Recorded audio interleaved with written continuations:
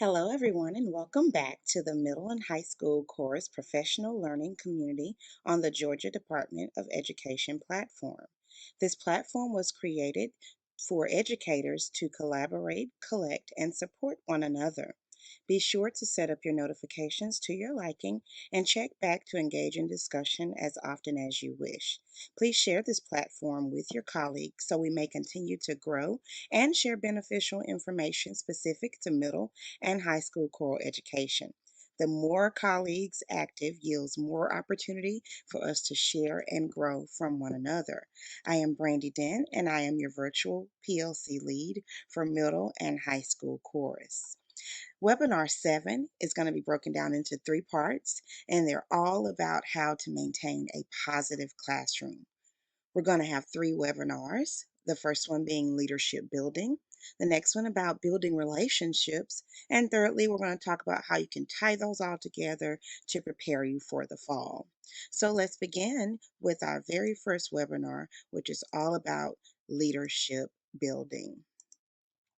So there are 2 types of leaders that you can form in your core program. You can either have your students that are musical leaders, and then you have your students that are leaders in reference to student support.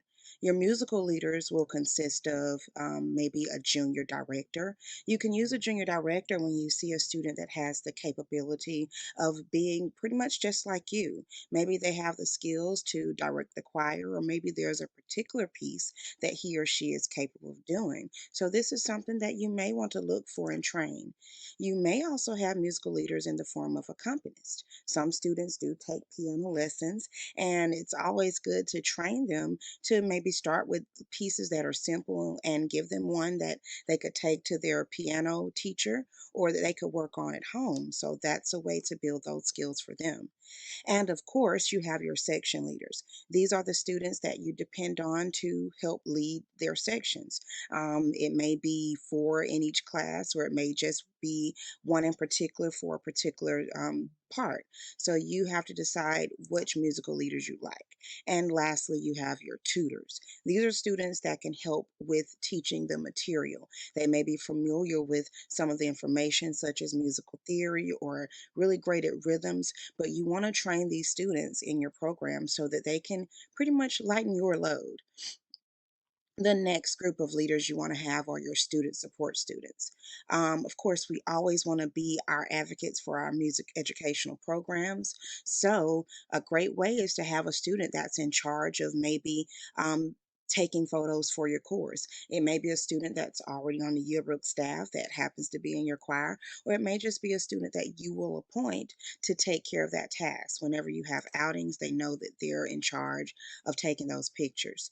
You also may have a social media account. Maybe you have some type of website where you want that student or students to help manage. Of course, you don't want to give out passwords that are sensitive, but you do want to make sure that you have students that will help you navigate social media if you're not aware of how it works, or anything that, again, that could advocate for your programs.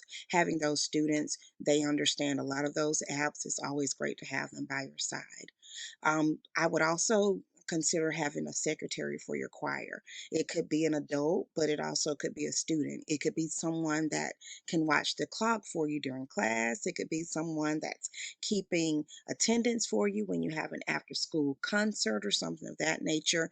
You don't want to have a student in charge of your class, but it's always good to have that helping hand student.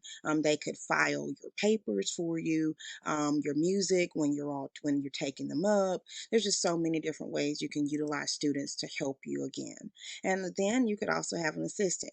Again, assistant and secretary could have various roles, but you have to decide what you need to help with your program. But these are just some ideas in which you can have student leaders. Now, before you appoint anyone in any position, you want to always look for particular qualities. For example, you want to look at a student's commitment level.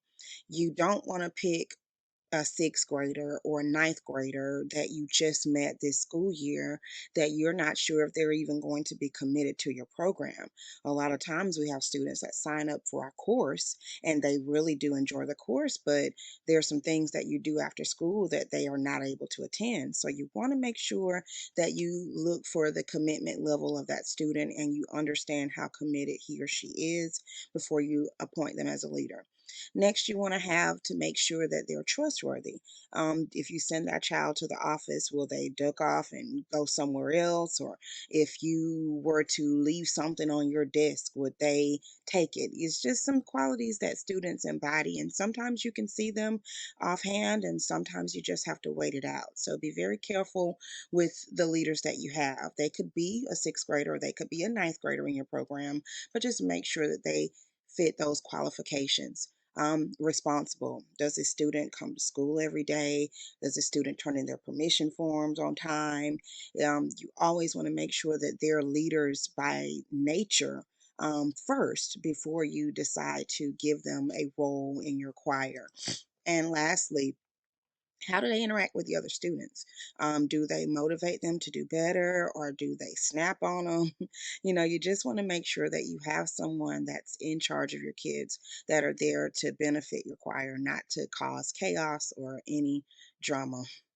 And these are some qualities that they may not possess, but you can help your students build on. The first qualifications being flexibility. One way that I teach flexibility with my students is we may work on a piece and I'll change it up. For example, like a round. We might sing through it twice, or we might sing through it 4 times, or we might change up the melody a little bit. So it's always good to teach your students how to be flexible. We know a lot of times as musicians, things happen at our concerts all the time where we have to learn how to just kind of roll with the punches. So find ways in your course of classroom to make sure that you teach your students how not to stick to one particular way of doing things, especially as it pertains to performing. So switch it up. Switch up your lessons. Don't just do warm-ups and stretches, then you sing the music and then you break in sectionals. Always change it up a little bit. Allow them to help you, and that allows them to build those qualities of flexibility.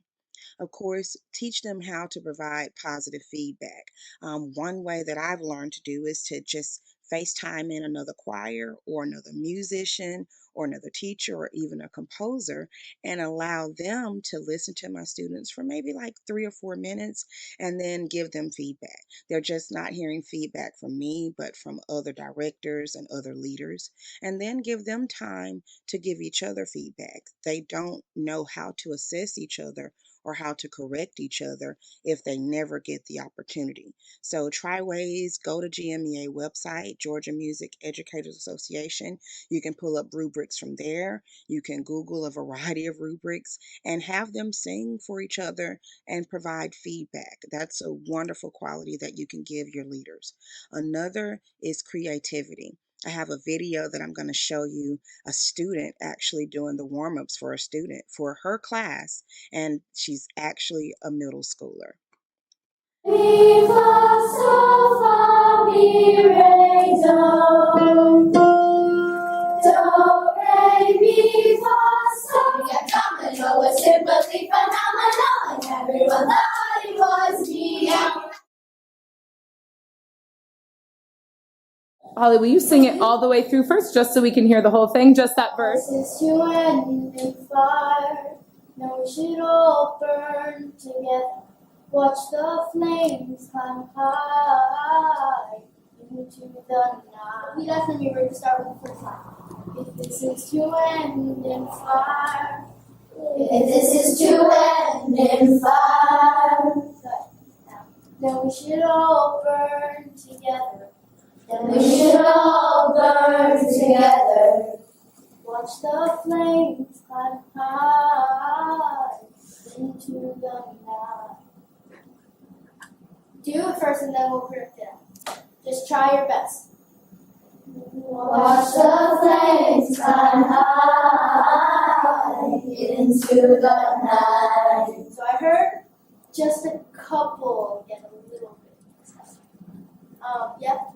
Can you like count us off when we go and sing hi, like just go ha ha ha ha, like really choppy so we How many like watch the flames climb high. No, ha ha. That's what we can really hear. Technology is your friend. Um, there are a couple of reads that I want to show you. One is leadership activities, building games and exercise. There's a link that shows you various different types of activities that you can allow your students to participate in.